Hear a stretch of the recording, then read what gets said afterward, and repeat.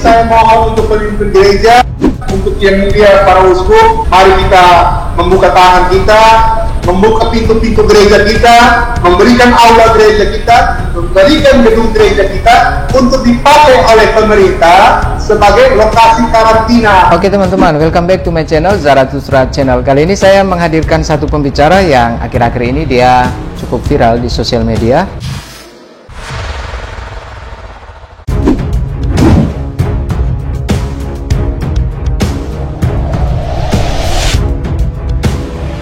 Karena bahaya ini bukan jauh lagi, sudah di depan ini, depan hidung, depan mata biji. Sekaligus kapal itu pun dikarantina. Seluruh dunia ada takut ini corona setengah mati. Tapi kita keluar NTT, ada yang bilang ini corona, ini hanya flu biasa. Sudah ada bersama saya saudara John Gilbert yang juga namanya Kun. Seperti yang kita tahu, dia akhir-akhir ini cukup viral di sosial media dan postingan-postingannya menarik terkait isu utama yang sekarang ini sementara hangat di tengah publik dan dunia, yaitu tentang COVID-19. Dan ya, saya merasa cukup beberapa hal yang dia sampaikan itu untuk saya menarik untuk diangkat kembali, dan karena itu saya menghubungi dia dan coba mewawancarai dia secara langsung. Oke, Kun, selamat bergabung di Zarathustra Channel. Terima kasih untuk waktunya. Oke, saya mengikuti beberapa postingan Anda dan pasti Anda juga menyadari itu bahwa postingan-postingan yang Anda posting di sosial media, khususnya Facebook, terkait COVID-19 itu cukup viral dengan tayangan kurang lebih 1000 lebih, lalu dibagikan ke cukup banyak orang, dan itu menarik untuk dikupas. Anda menyadari bahwa postingan Anda viral? Ya, saya sadar kalau postingan-postingan saya akhir-akhir ini viral. Saya total semua video yang saya buat itu terkait dengan COVID-19 ini ada 6 video. Total ada 6 video. Video yang paling banyak ditonton itu masih video yang pertama dengan judul "Jangan Main Gila dengan Corona". Itu hampir 40 ribuan viewers ya. Terus yang berikut itu tentang yang saya bahas soal kejadian di ND. Kejadian di ND itu hampir 30 ribu ditonton. Jadi 2 postingan itu yang lebih banyak ditonton. 4 postingan yang lain cukup banyak juga, tapi tidak sebanyak 2 postingan itu. Postingan yang tentang ND itu postingan kelima, video yang kelima. Jadi video pertama dan video kelima yang lebih banyak ditonton. Oke, menyangkut yang pertama dulu. Anda bicara banyak soal jangan main gila dengan corona. Memang ada persoalan apa dengan corona sampai Anda bilang jangan main gila dengan corona? Karena begini, masih banyak, terutama saya kasih contoh di Kota Kupang saja ya. Banyak kita punya saudara-saudara di sana yang tidak menghiraukan himbauan pemerintah tentang bahaya corona ini. Mereka anggap hal sepele. Bahkan beredar luas di masyarakat kita bahwa ada anggapan corona itu cuma flu biasa. Nah, di samping itu, himbauan pemerintah untuk jaga jarak, jangan buat keramaian, jangan mendekati keramaian, tidak dihiraukan. Masih banyak orang yang duduk-duduk, berkumpul, nongkrong, banyak orang. Sampai pemerintah Kota Kupang itu lakukan penyiraman, siram pakai mobil damkar untuk membubarkan orang yang lagi nongkrong banyak-banyak rame-rame di taman-taman itu. Nah, ini kan satu hal yang bahaya. Virus corona ini berbahaya, tapi kita orang anggap enteng. Jadi saya postingan untuk mengingatkan, jangan main gila dengan virus corona ini. Apalagi sebagian orang yang tiba-tiba imannya itu lebih keras dari baja, ya, imannya tiba-tiba lebih tebal daripada tembok Cina, yang mengatakan bahwa hidup mati di tangan Tuhan. Jadi tidak perlu takut ini corona. Kita cukup takut sama Tuhan saja, tidak usah takut corona. Ini hal saya rasa satu pandangan-pandangan yang menurut saya salah, sangat salah. Maka kita harus luruskan pandangan itu. Oke. Oh benar, hidup mati di tangan Tuhan, tetapi Tuhan kasih kita akal budi untuk menghindar dari bahaya. Kalau kita sudah tahu bahaya, lalu kita pergi tabrak ini bahaya, ini kan namanya kita orang goblok. Tuhan sendiri sudah kasih tahu kita, ya. Dari zaman Nabi Musa, Tuhan sudah kasih tahu, waktu Tuhan kasih turun tulah wabah ke tanah Mesir, Tuhan kasih tahu bangsa Israel, supaya selamat kau masuk rumah, kunci pintu jendela. Kalau tidak, walaupun kau bangsa Israel, tapi kau mati juga. Kalau tidak masuk rumah, itu. Sehingga iman kita ini iman yang seperti bagaimana? Tiba-tiba ada bahaya, kita bukan menghindari bahaya, tapi kita nantang bahaya. Maka saya bilang, jangan sampai bila malaikat maut itu kalau kita bisa lihat juga, mungkin kita punya orang tahu orang itu malaikat maut untuk baku pukul. Kita udah baku pukul, coba. Siapa yang menang dia yang mati. Nah ini yang saya rasa banyak pikiran-pikiran kita yang salah. Banyak pikiran-pikiran kita yang salah, banyak pikiran-pikiran kita yang keliru bahwa ini bahaya, corona ini bahaya. Jangan anggap enteng, jangan main gila dengan virus ini. Begitu, Bapak Yohan. Oke, saya ada satu kalimat dari Kun yang sempat saya tangkap di postingan-postingan yang sudah diposting itu. Anda bicara soal corona tidak memandang bulu, tetapi ada pernyataan dari orang bahwa yang saya tidak tahu, mungkin Anda dengar, corona hanya menyerang orang Cina. Bisa beri komentar sedikit atau menjelaskan lebih jauh tentang pernyataan ini? Ya, itu saya bahas di video yang kedua. Corona tidak pandang bulu itu di video yang kedua. Jadi begini, itu saya bahas itu kejadian nyata karena ada saya punya kakak sepupu di Kepa. Saya punya kakak sepupu di Kepa, dia punya toko swalayan. Nah, dia punya karyawan ini disuruh untuk hati-hati, selalu cuci tangan, pakai masker. Terus karyawannya dia bilang begini, Ci, corona itu kan cuma serang orang-orang Cina. Nah, ini yang saya bilang, saya punya sepupu itu kasih tahu saya cerita, saya punya karyawan bilang corona cuma serang orang-orang Cina, orang-orang turunan Tionghoa. Makanya saya bilang, corona tidak pandang bulu. Lu mau bulu keriting kah, mau bulu halus kah, mau bulu hijau kah, lu mau warna putih kah, warna coklat kah, hitam kah, biru kah, hijau kah, kuning kah, corona fight semua. Corona sudah. Oke, saya koneksi tadi agak terganggu, dia terputus. Saya ingin Kun bisa mengulang sedikit soal corona tadi dengan bulu-bulu tadi. Saya itu gini, setelah saya punya video yang pertama itu banyak ditonton orang, saya punya kakak sepupu di Kepa, dia punya minimarket, namanya toko, saya boleh sebut nama tokonya biar orang percaya, boleh? Mungkin di tempat saja, nama tokonya biar di skip, ya oke. Nama tempatnya di mana? Oke, jadi dia punya toko swalayan di Kepa.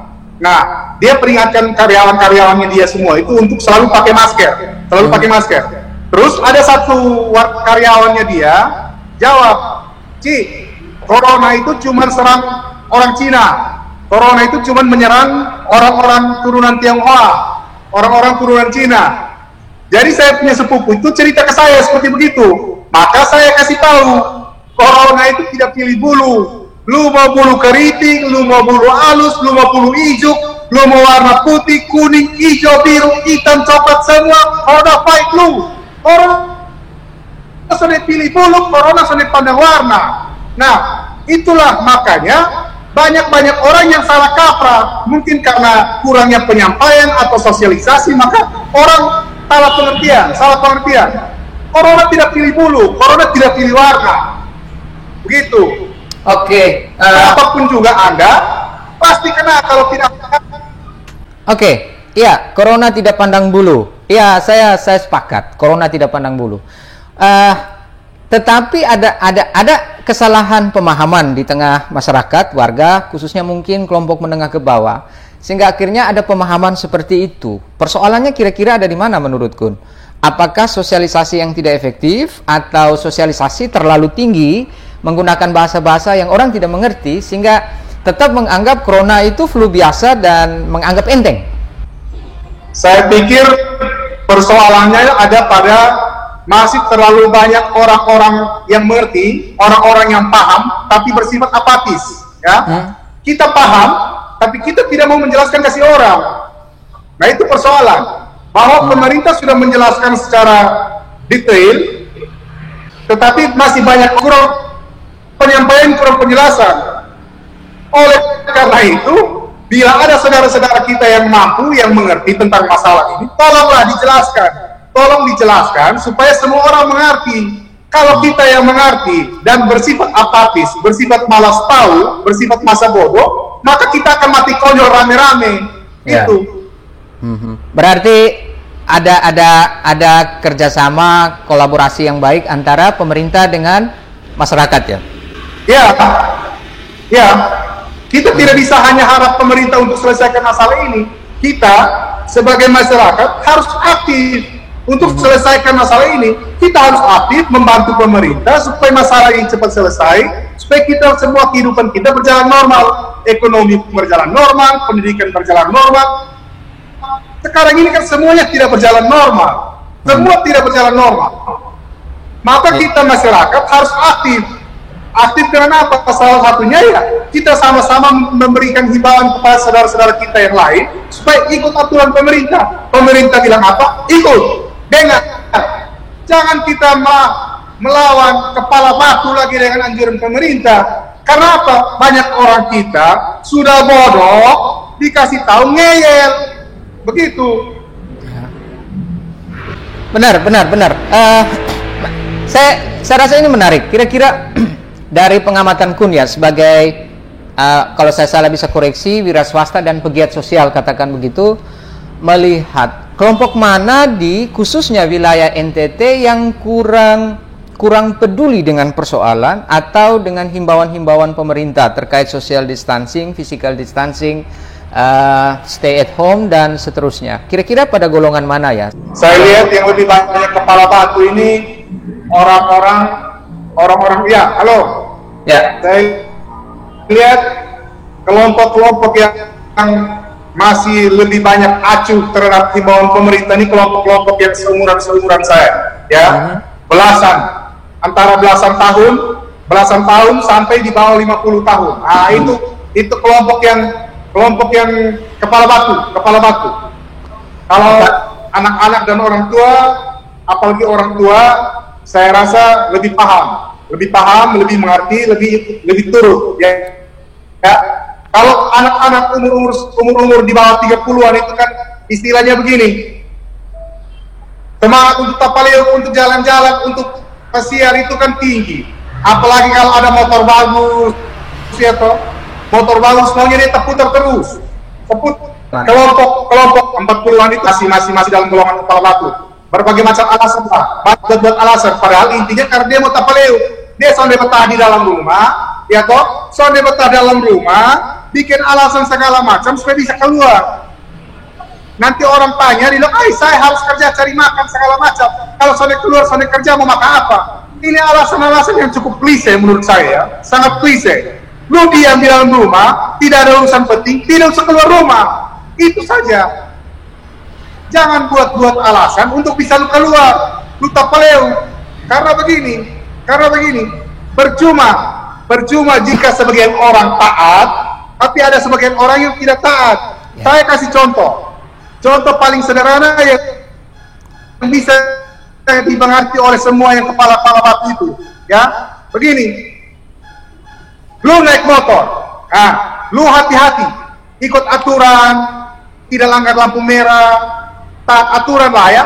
Terus ada satu manusia biadab, tidak tahu aturan, naik motor ugal-ugalan, tabrak lu. Yang korban siapa? Yang korban, yang ikut aturan itu juga jadi korban. Bukan cuma itu manusia biadab yang tidak tahu aturan jadi korban. Artinya bahwa kalau ada orang yang hati-hati dan ada orang yang tidak hati-hati, bisa jadi orang yang hati-hati itu juga jadi korban. Maka saat ini semua harus hati-hati, semua harus ikut aturan supaya semua bisa selamat. Kalau sebagian ikut aturan, sebagian tidak ikut aturan, yang ikut aturan bisa mati juga gara-gara sebagian yang biadab yang tidak mau ikut aturan itu. Begitu. Berarti semua pihak harus sadar bersama ya. Benar. Benar. Ya. Jadi kalau seandainya kita yang lain patuh dengan kebijakan untuk tetap di rumah, bekerja dari rumah, berdoa dari rumah, tapi yang lain tidak terlalu mempedulikan ini, akan sama saja dan mata rantai virus akan sulit diputus. Tidak akan selesai. Tidak akan selesai. Karena dia terus menjangkit, dia terus berjangkit. Nah, virus ini kan umurnya cuma 14 hari. 14 hari ini tidak lama. Kenapa Sony bisa tahan diri sedikit? Tahan dirilah, 14 hari ini selesailah sudah. Kan begitu. Kenapa tidak bisa tahan diri? Kun, ini menarik ya. Tadi kira-kira menurut Kun itu pada usia belasan sampai usia 40-an yang paling sulit diatur untuk social distancing dan stay at home. Kira-kira apa yang menggerakkan mereka sampai akhirnya kurang taat dengan stay at home dan lebih banyak keluar? Motivasinya apa? Apakah kalau saya lebih melihat bahwa iman kita ini sebagian besar iman kita ini masih iman Thomas ya. Iman Thomas. Artinya begini, dia belum lihat langsung, dia belum alami langsung, dia soalnya akan takut. Begitu. Jadi selama dia punya keluarga, dia punya saudara-saudara, belum ada yang akan menjadi korban dari virus corona ini, mungkin dia soalnya akan takut ini virus.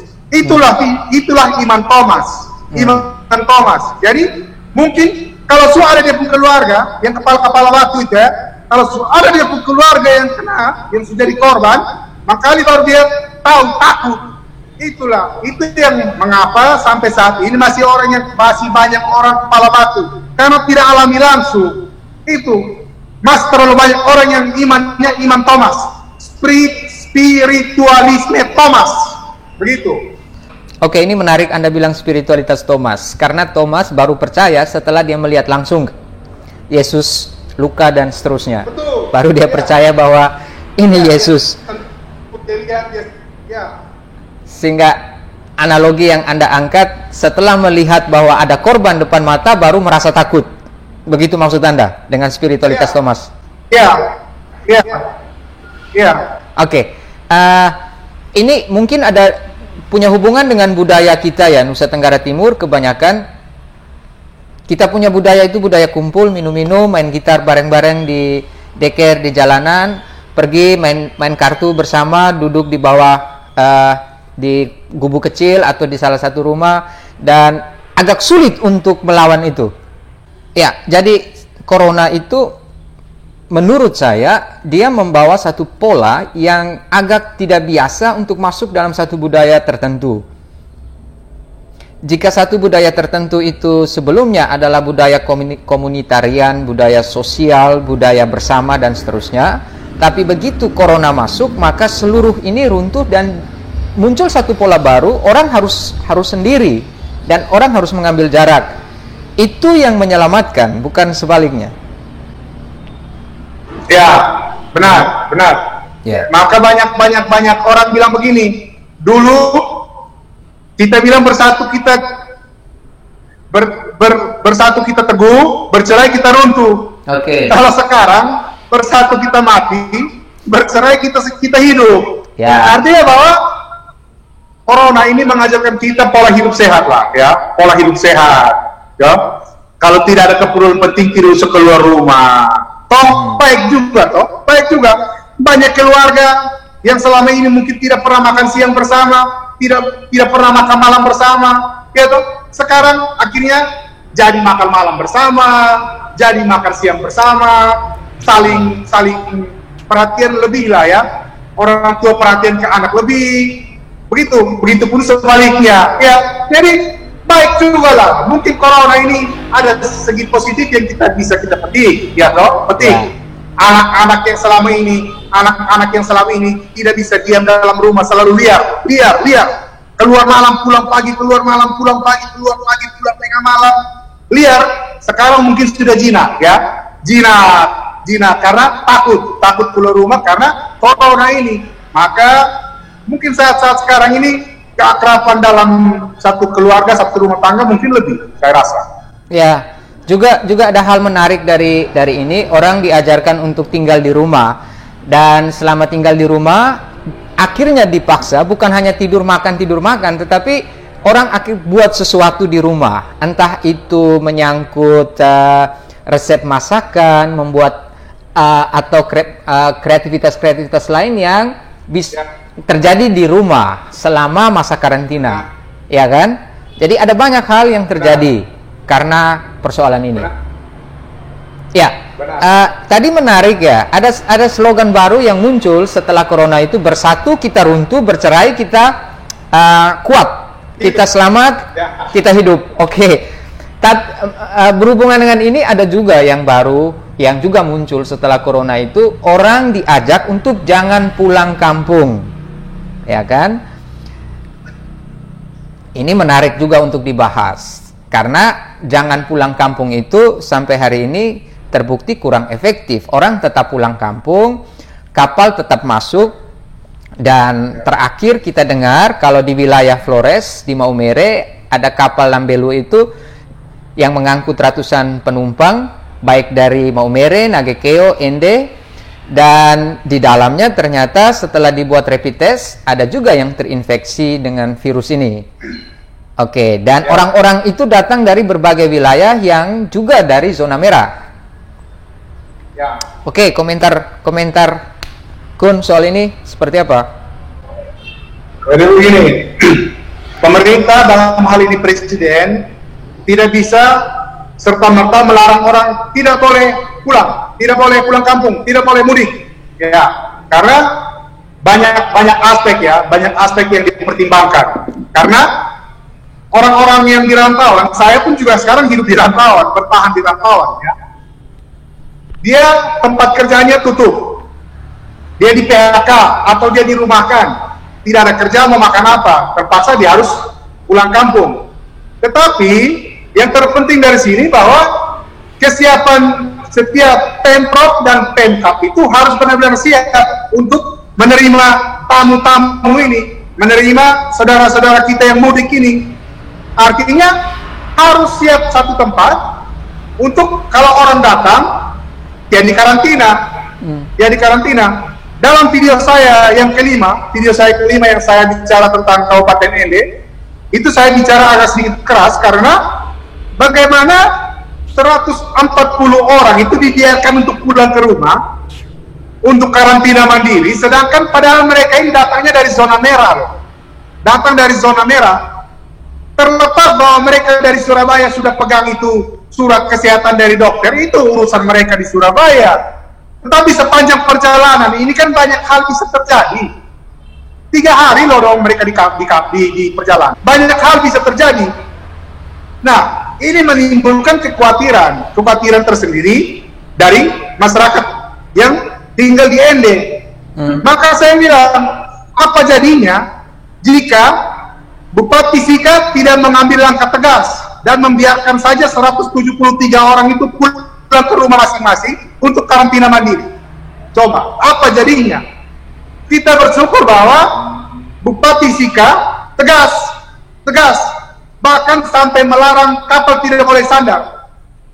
Tetapi karena dengan pertimbangan kemanusiaan, akhirnya kapal boleh sandar, dan dengan segala macam protokol kesehatan, pengecekan segala-segalanya, penumpang boleh turun.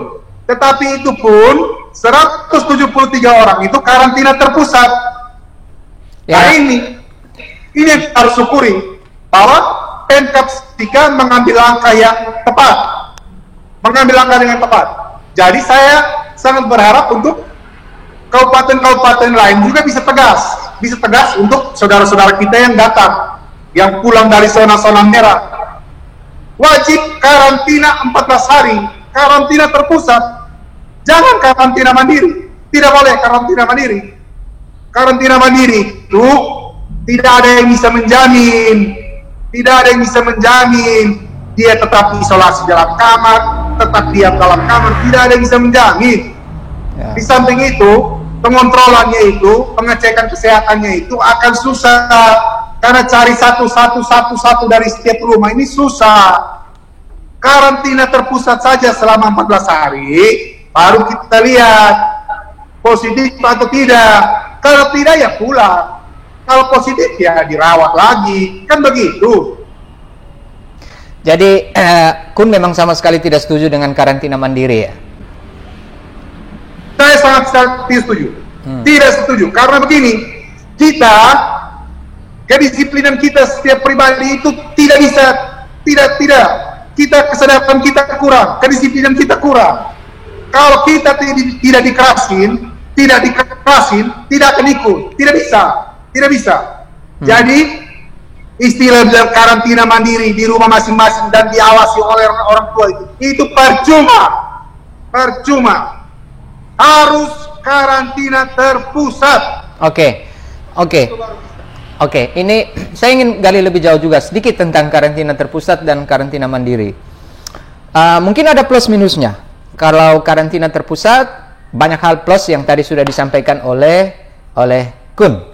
Bisa lebih dikontrol dan diawasi sehingga penyebaran virus terdeteksi dengan baik untuk di-trace. Tetapi mungkin kesulitannya pada kemampuan Pemprov atau Pemda tertentu untuk mengakomodasi seluruh kebutuhan orang-orang yang dikarantina, makanan, penginapan, dan seterusnya, ya kan? Dan kita harus akui kemampuan negara kita, khususnya di wilayah kita, pemerintah menyiapkan fasilitas-fasilitas umum untuk dijadikan tempat karantina terpusat, ya. Ada pikiran-pikiran dari Kun ketika pemerintah stuck pada posisi tertentu dan kekurangan fasilitas untuk mengkarantina secara terpusat. Jadi begini, kesiapan Pemprov NTT ini kalau dari sisi pendanaan, dananya ada, ya, dananya ada. Pemprov NTT sendiri itu ada 104 kurang lebih ya, 104 triliun loh disiapkan untuk penanganan COVID-19. Nah, persoalan kita terbesar ini kan cuma sebenarnya tempatnya, wadahnya, gedungnya. Masalahnya kan itu sebenarnya. Tidak ada gedung yang mampu menampung kapasitas banyak. Nah, pada saat ini kita di NTT ini kan mayoritas Katolik. Gereja-gereja di NTT ini kan banyak. Mohon maaf, saya tidak bicara agama lain karena saya Katolik, saya bicara tentang Katolik. Gereja Katolik di NTT ini kan banyak. Maka saat ini saya mohon untuk pemimpin gereja, untuk yang mulia para uskup, mari kita membuka tangan kita, membuka pintu-pintu gereja kita, memberikan aula gereja kita, memberikan gedung gereja kita untuk dipakai oleh pemerintah sebagai lokasi karantina apabila pemerintah kekurangan gedung untuk menampung saudara-saudara kita yang baru datang dari luar pulau, yang baru datang dari luar provinsi. Kursi-kursi, bangku-bangku dalam gereja kan bisa kita geser, bisa ditaruhlah tempat tidur untuk menampung sementara selama 14 hari saudara-saudara kita yang dari luar pulau. Saya mohon untuk pemimpin-pemimpin gereja, untuk yang mulia uskup, para uskup sekalian, saya mohon untuk membuka tangan kita, membuka pintu gereja untuk mari gunakan. Toh selama beberapa bulan ke depan juga gereja tidak kita gunakan untuk beribadah, ya, tidak kita gunakan untuk beribadah. Gereja dipakai untuk tempat mengkarantina teman-teman kita, tidak akan mengurangi kesucian gereja kita, tidak akan mengurangi kesakralan gereja kita. Jadi saya mohon mungkin bisa untuk jadi pertimbangan dari pemimpin gereja, yang mulia bapak-bapak uskup, yang terhormat bapak-bapak pastor paroki, juga bapak-bapak pastor-pastor yang lain. Saya mohon untuk jadi pertimbangan agar gereja bisa membuka tangan dalam membantu pemerintah dalam menangani kasus virus corona ini. Kalau saya, itu pertimbangan saya. Kalau Justru- dari sisi pendanaan, uang kita ada, dana ada. Justru menarik ini. Saya rasa ini ide kreatif dan agak revolusioner. Bagaimana tadi pernyataan tadi itu cukup ini karena membuka pintu gereja, mengeluarkan bangku-bangku dalam gereja dan menjadikan itu sebagai salah satu tempat alternatif jika pemerintah kekurangan fasilitas untuk karantina terpusat. Ya kan? Apalagi gelombang arus mudik, Presiden tidak membuat larangan untuk orang tidak mudik, tetapi hanya menghimbau supaya orang tidak mudik. Dan sebatas himbauan itu bisa diindahkan, bisa juga tidak diindahkan.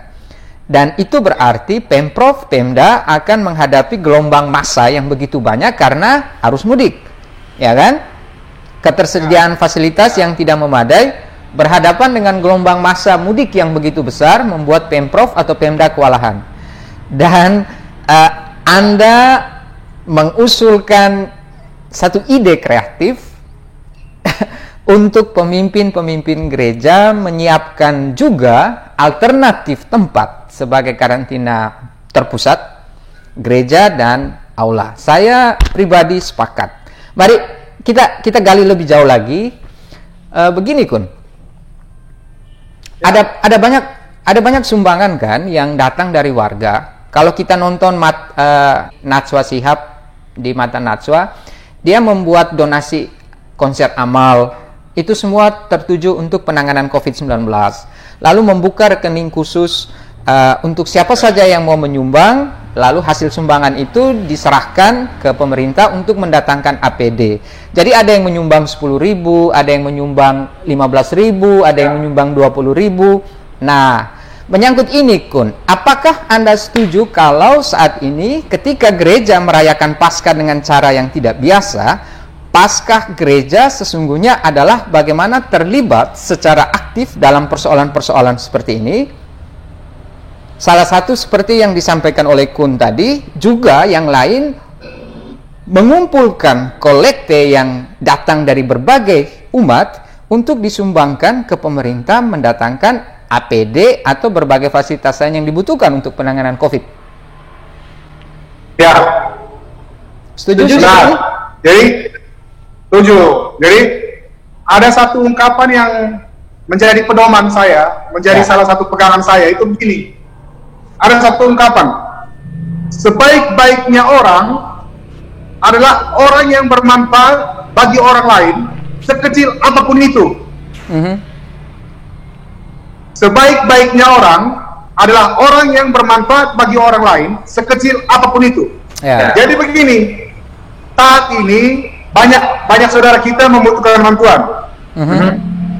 Saya pribadi saya menyiapkan cairan disinfektan di depan rumah saya, terus membagikan, kita buat masker ya, kita buat masker yang dari kain itu. Jadi ada orang-orang yang tidak punya masker, yang butuh, kita jahit. Karena kalau sekarang sudah banyak orang-orang yang jahit. Jadi, ini pesan saya untuk yang timbun-timbun masker, ya, pesan saya untuk kalian yang timbun masker, kamu rebus itu masker dan kamu makan saja. Sekarang orang sudah buat masker sendiri. Masker yang kamu timbun itu kamu rebus, kamu tumis, kamu makan sudah. Ambil keuntungan dari bencana itu biadab. Paham itu. Nah, jadi sekarang saya untuk semua saudara-saudara kita, dengan cara kita masing-masing, mari kita membantu. Entah menyiapkan air cuci tangan di depan rumah, atau menyiapkan cairan disinfektan, atau membagi-bagi masker. Kalau membagi sembako mungkin level kita berbeda. Mungkin orang yang kelas ekonominya tinggi bisa bagi-bagi sembako. Tapi kita ya mungkin ada kelompok-kelompok arisan, bisa patungan, misalnya tadi donasi Najwa dari 10.000, tapi kalau terkumpul dari ratusan orang kan jadinya nilainya besar juga. Bisa kita kasih bantuan ke Pemda untuk membeli alat pengaman diri yang bisa dipakai oleh tim medis, bisa. Intinya bahwa kesadaran kita. Sekarang kita dituntut kesadaran kita untuk bisa berbagi. Untuk bisa berbagi, untuk bisa jadi manfaat bagi orang lain. Kalau kita hidup baik, tapi tidak ada manfaat, percuma. Lu baik, tapi harus ada manfaat bagi orang lain. Harus berguna bagi orang lain. Itu baru namanya hidup. Ya, sebenarnya kan Kun, tadi omong soal paroki, omong soal keuskupan, yang kita bicara konteksnya agak lebih khusus, tetapi tetap menghargai, tidak menghilangkan rasa hormat kita. Paroki dan keuskupan tertentu itu sistem apa ya, untuk memanage bantuan itu akan lebih mudah kan. Misalnya di paroki tertentu dengan umat yang ada di paroki tertentu, bagaimana mereka melakukan aksi sosial kemanusiaan untuk menangani COVID-19 dengan mengumpulkan yuran bersama, lalu hasil yuran itu diberikan kepada pemerintah untuk mengakomodasi masyarakat yang karena alasan tertentu harus dikarantina, entah itu makanan, entah itu APD, entah itu masker, dan macam-macam kan. Apalagi kita bicara soal aksi puasa, aksi Paskah, ya mungkin ini kesempatan terbaik untuk melakukan aksi yuran Paskah kepada umat, memberikan bantuan dan seterusnya, ya kan? Karena menurut saya doa itu tidak sebatas seremonial, tetapi doa itu harus berkelanjutan dalam perbuatan, ya kan? Gereja boleh berdoa memohon kepada Tuhan supaya masalah ini cepat selesai, tapi juga harus terlibat secara aktif, mengambil tindakan-tindakan konkret untuk menyelesaikan persoalan ini.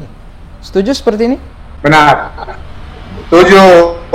Karena di Alkitab itu kan ada tertulis juga, iman tanpa perbuatan adalah mati.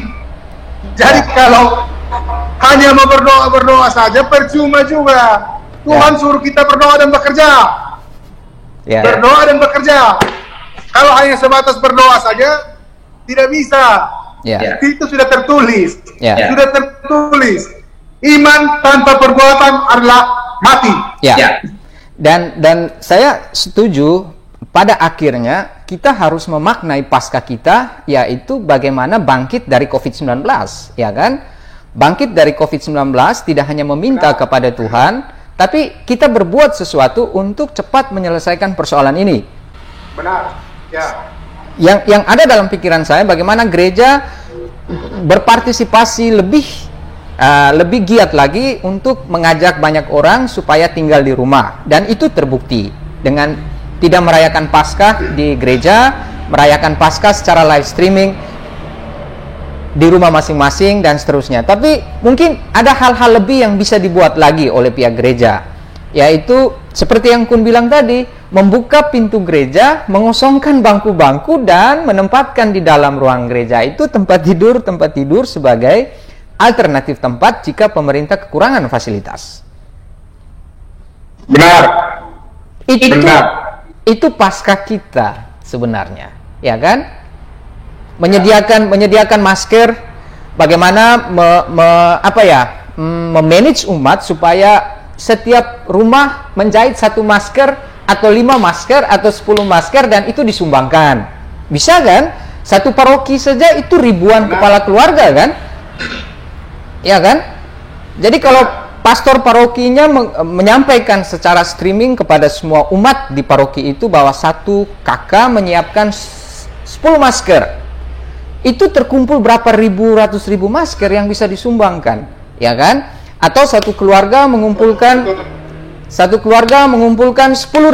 atau 20.000, pasti banyak yang memberikan lebih lah. Hasil sumbangan itu diberikan kepada pemerintah untuk penanganan COVID, ya kan? Itu aksi Paskah yang menurut saya lebih konkret, dan Paskah kita dari situ sebenarnya. Ya, benar. Ya kan?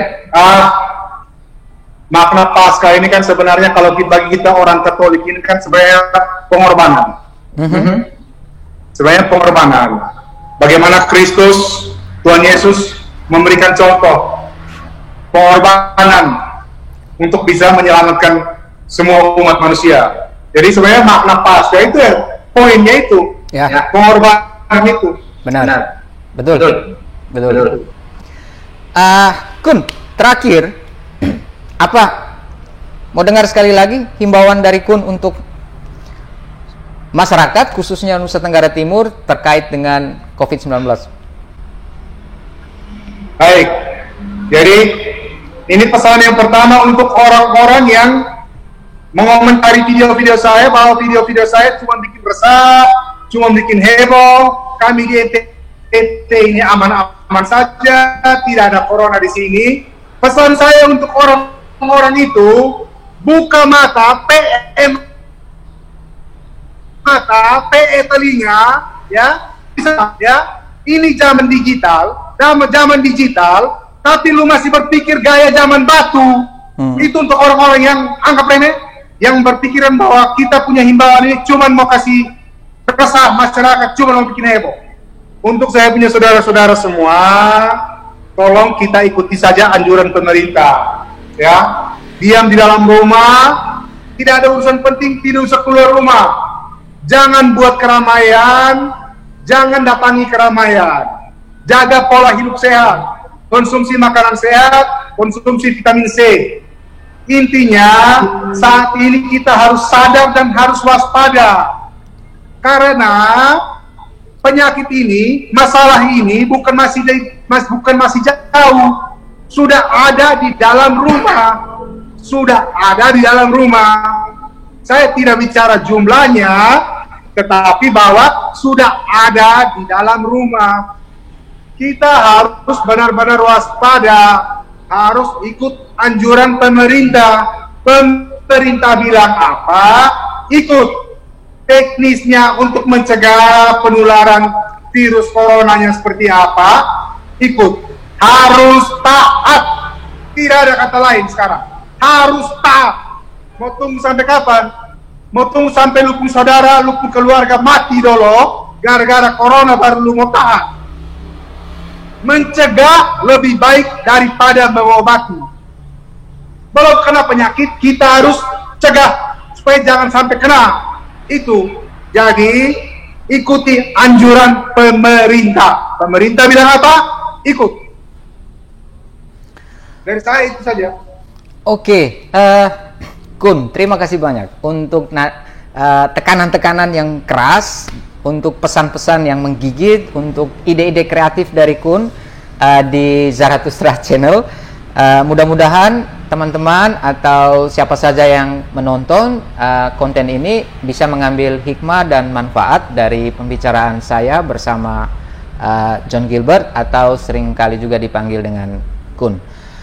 Kun, sekali lagi terima kasih banyak untuk mau bergabung di channel ini. Semoga selalu sehat, tetap jaga kesehatan, mengikuti himbauan pemerintah, dan kita berdoa supaya persoalan COVID-19 ini cepat selesai dan kita semua bisa kembali ke kehidupan kita yang normal. Oke, terima kasih banyak teman-teman untuk waktu. Thanks for Terima kasih. Oke, this is my story for today. Bye.